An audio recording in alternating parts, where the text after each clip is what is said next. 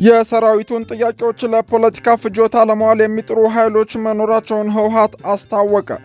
የህወሓትን ሳምንታዊ መግለጫ ይዘናል። በባቡር አደጋ የ14 ሰዎች ሕይወት ሲያልፍ 29 ሰዎች ላይ ጉዳት መድረሱ ተገለጸ። ኢትዮጵያ ያለባትን የዶላር ብድር በቻይና ዩዋን ለመክፈል በይፋ ጥያቄ አቅርባለች ተባለ። ሰላም ጤና ይስጥልን የተወደዳችሁ የኢትዮጵያ ሪፖርተር ዩቲዩብ ቻናል ቤተሰቦች፣ ለወቅታዊና ትኩስ መረጃዎች የኢትዮጵያ ሪፖርተር ዩቲዩብ ቻናልን ላይክ፣ ሰብስክራይብ እና ሼር እያደረጋችሁ ቤተሰብ እንድትሆኑ እያስታወሰን የሰዓቱን አበይት ዜናዎች ኢሊያስ ክፍሌ አስደምጣችኋለሁ። መልካም ቆይታ። ከ25 እስከ 35% ዲስካውንት የተደረገባቸውን ቤቶች ቴምር ሪል ስቴት በመሃል ፒያሳ እንዲሁም በአያት እየሸጠ ይገኛል። ይሄ ብቻ አይደለም፣ 40% ሲከፍሉ የ20% ቅናሽ ከ8 ወር የእፎይታ ጊዜ ጋር ያገኛሉ። ይሄም ማለት ሙሉ ቅናሹን ከተጠቀሙ ባለ 2 መኝታ በ5.3 ሚሊዮን ብር፣ ባለ 3 መኝታ ደግሞ በ6.8 ሚሊዮን ብር ከኛ ያገኛሉ ማለት ነው። ስለዚህ ለበለጠ መረጃ እንዲሁም ቀጠሮ ለማስያዝ በ0926 33 22 11 መደወል ይችላሉ።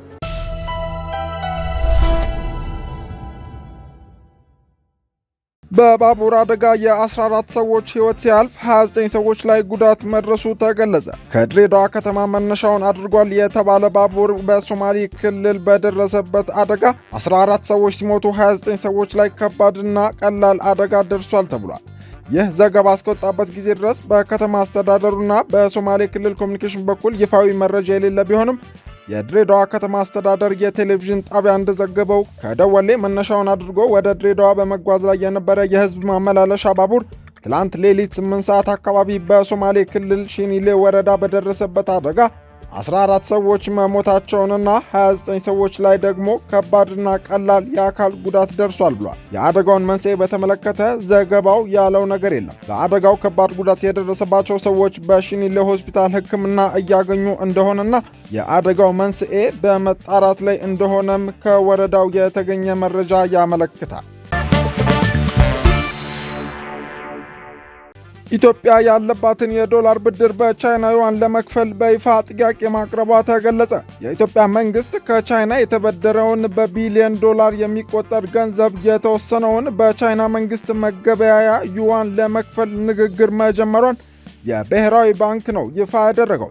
የኢትዮጵያ ብሔራዊ ባንክ ዋና ገዢ ዶክተር ኢዮብ ተካልኝ በዓለም አቀፍ የገንዘብ ድርጅት ዓመታዊ ስብሰባዎች ላይ በዋሽንግተን ከሰሞኑ በነበራቸው ተሳትፎ ወቅት እንዳስታወቁት ባለፈው ወር ወደ ቤጂንግ ባደረጉት ጉብኝት ከቻይና የኤክስፖርት ኢምፖርት ባንክ እንዲሁም ከቻይና መንግስት ባንክ ጋር የዶላር ብድሩን ወደ ዩዋን ለመቀየር ውይይት ተጀምሯል ብለዋል። ኢትዮጵያ ያቀረበችው የብድር መክፈያ ገንዘብ ለውጥ ከቅርብ ጊዜ ወዲህ በርካቶች አማራጭ እያደረጉት የሚገኝ ሂደት መሆኑንና ስሪላንካ፣ ሃንጋሪ እንዲሁም ኬንያን ጨምሮ ሌሎች ሀገራትም በቅርቡ ጫናን ለማቃለል የተከተሉት አካሄድ መሆኑን የዋሽንግተን ፖስት ዘገባ አመላክቷል። ባለፈው ወር የኬንያ መንግስትም ባደረገው ተመሳሳይ የልውውጥ ስምምነት ለኬንያ መንግስት በዓመት 215 ሚሊዮን ዶላር የወለድ ወጪን እንዳዳነ ተገልጿል። የቻይና መንግስት አሁንም ለኢትዮጵያ እጅግ አስፈላጊ አጋር መሆኗን የገለጹት የብሔራዊ ባንክ ገዢው የንግድ ልውውጥና የኢንቨስትመንት ትስስራቸው እየጨመረ ነው ብለዋል። በመሆኑም አንዳንድ የገንዘብ ልውውጦችን ማዘጋጀት በጣም ምክንያታዊ ነው ያሉት ዶክተር ኢዮብ አልፎ አልፎም ብድር ላይ መሰል እርምጃዎችን መውሰድ ላይ ማሰብ አስፈላጊ በመሆኑ ኢትዮጵያ በይፋ ጥያቄ አቅርባበት በሂደት ላይ የሚገኝ ጉዳይ ነው በማለት ተናግረዋል።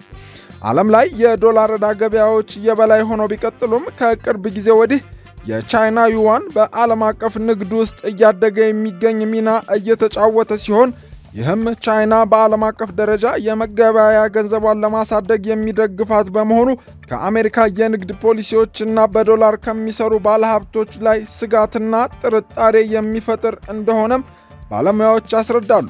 ኢትዮጵያ ከቻይና መንግስት የተበደረችው 5.38 ቢሊዮን ዶላር ገደማ ብድር እንዳለባትና ቢያንስ ከዚህ ላይ የተወሰነውን ወደ ተመጣጣኝ የዩዋን ገንዘብ ቀይሮ ለመክፈል ያለመ ንግግርን ከቻይና ጋር የጀመረች ሲሆን ይህም ቻይና ገንዘቧን ዓለም አቀፍ ለማድረግ የምታደርገውን ጥረት የሚያጠናክርና በዚያው ልክ የዶላር መዳከም ላይ ሚና ሊኖረው የሚችል ሂደት ነውም ተብሏል።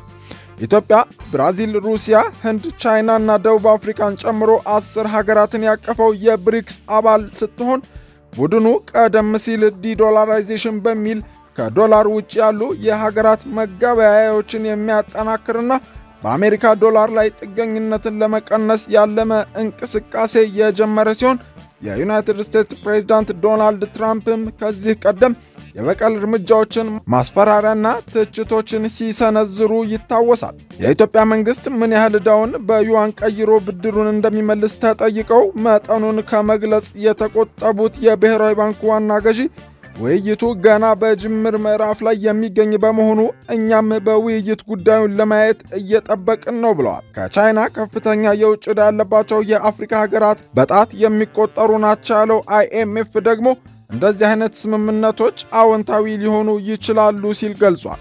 ኢትዮጵያ እንደ አውሮፓውያን አቆጣጠር እስከ ሰኔ 2024 ባለው ጊዜ ውስጥ $5.38 ቢሊዮን ዕዳ ቻይና ላይ ያለባት መሆኑን የሚጠቁመው የIMF መረጃ ሲሆን አገሪቱ እንደ አውሮፓውያን አቆጣጠር በ2023 መክፈል በነበረባት $1 ቢሊዮን የሚጠጋ ዕዳ ደግሞ የመልሶ ማዋቀር ድርድር ከአበዳሪዎች ጋር እያደረገች ቆይታለች። የኢትዮጵያ መንግስት የውጭ ዕዳ ጉዳይ ከሰሞኑ አነጋጋሪ ሲሆን በዚህም ኢትዮጵያ በዩሮ ቦንድ የተበደረችውንና እንደ አውሮፓውያን አቆጣጠር በ2024 ተከፍሎ መጠናቀቅ የነበረበትን ከ$1 ቢሊዮን በላይ የውጭ ዕዳ መልሶ በማዋቀር የክፍያ ጊዜውን ለማራዘም ያካሄደችው ድርድር ያለ ውጤት መጠናቀቁን ተከትሎ የአበዳሪዎቹ ኮሚቴ ጉዳዩን ወደ ሕግ ለመውሰድ እንደሚገደዱ ቢያስታውቁም በሁለቱም ተደራዳሪዎች መካከል አማራጭ እንደሚኖር ተስፋ ተደርጓል።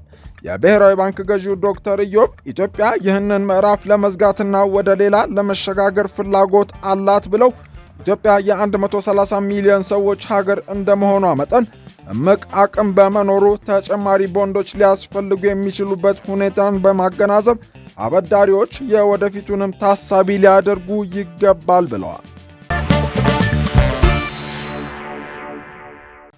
የሰራዊቱን ጥያቄዎች ለፖለቲካ ፍጆታ ለማዋል የሚጥሩ ኃይሎች መኖራቸውን ህወሓት ገለጸ።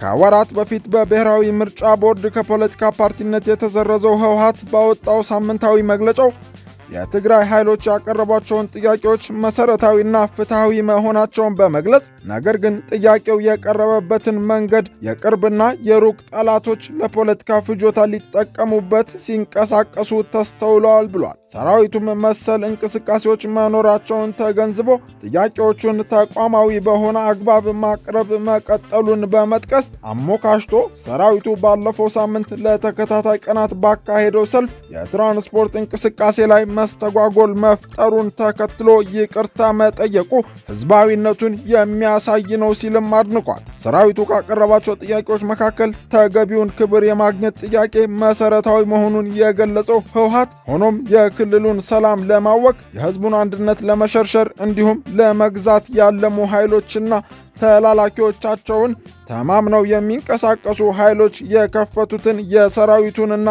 የአመራሮቹን ስም የማጥፋት ዘመቻ ሊያቆሙ ይገባል ሲል አሳስቧል።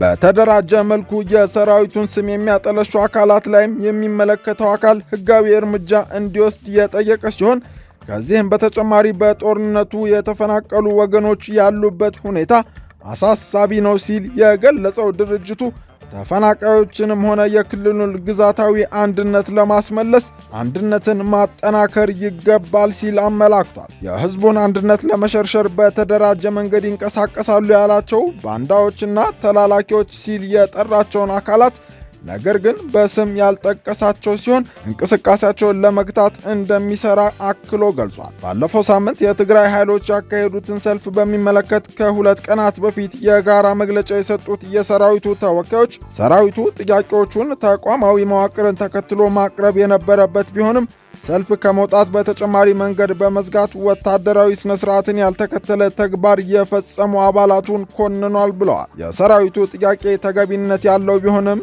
ጥያቄው የቀረበበት መንገድ ግን ተገቢ እንዳልነበር በመጥቀስም ጥያቄዎቹ በቀረቡበት ወቅት ሂደቱ ወታደራዊ ስነ ስርዓትን ያልተከተሉ ናቸው ያሏቸውን ጉዳዮች መገምገማቸውንም እንደገለጹ ይታወሳል።